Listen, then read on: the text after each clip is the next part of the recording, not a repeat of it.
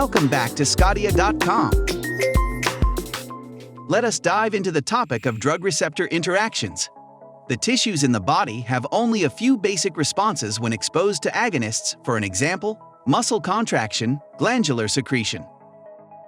And the quantitative relationship between these physiological responses and the concentration of the agonist can be measured by using bioassays.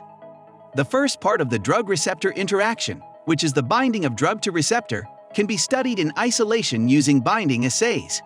It has been found by experiment that, for many tissues and agonists, when the response is plotted against the concentration of the drug, a curve is produced that is often hyperbolic, which is the concentration response curve. In practice, it is often more convenient to plot the response against the logarithm of the agonist concentration.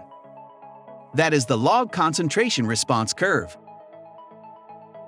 Assuming that the interaction between the drug, denoted with A, and the receptor, denoted with R, obeys the law of mass action, then the concentration of the drug-receptor complex, AR, is given by this formula shown here. RO is the total concentration of receptors. A is the agonist concentration. KD refers to dissociation constant, and AR is the concentration of occupied receptors.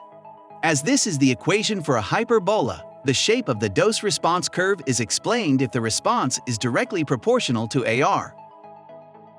Unfortunately, this simple theory does not explain another experimental finding. Some agonists, called partial agonists, cannot elicit the same maximum response as full agonists even if they have the same affinity for the receptor. This can be seen in the concentration response curve and log concentration response curve, as you can see. Thus, in addition to having affinity for the receptor, an agonist has another chemical property called intrinsic efficacy, which is its ability to elicit a response when it binds to a receptor. A competitive antagonist has no intrinsic efficacy and, by occupying a proportion of the receptors, effectively dilutes the receptor concentration. This causes a parallel shift of the log concentration response curve to the right. But the maximum response is not depressed. In contrast, irreversible antagonists depress the maximum response. However, at low concentrations, a parallel shift of the log concentration response curve may occur without a reduction in the maximum response. Because an irreversible antagonist in effect removes receptors from the system, it is clear that not all of the receptors need to be occupied to elicit the maximum response, since there is a receptor reserve. Keep watching as we discuss more about the principles of drug interactions in the body, how antagonists and partial agonists affect the drug-receptor complex,